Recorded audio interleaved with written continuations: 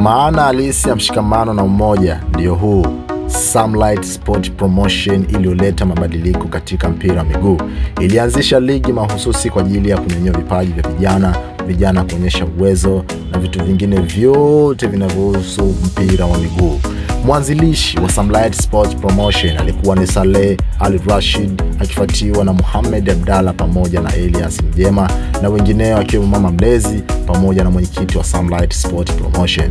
Ligi hii iliandaliwa maeneo ya Mbande Kisiwani, Dar es Salaam.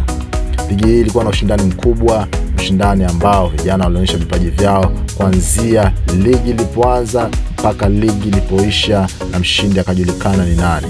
Ligi ilikuwa na ushindani mkubwa na viongozi ambao walikuja kuhitimisha ligi hiyo walikuja katika mshikamano na umoja wa hali ya juu kuweza kuonyesha upendo na uongozi katika nchi kwamba wanatujali wananchi wao katika kila hatua tunayopiga kwenye maendeleo yetu.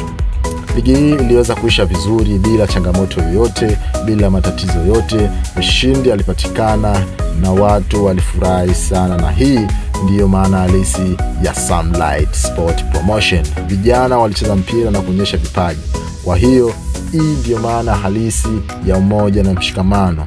Hakuna mwingine bali Saleh Al-Rashid, kiongozi wa Sunlight Sport Promotion, na hii ni makala fupi ya Sunlight Sport Promotion. Bye bye.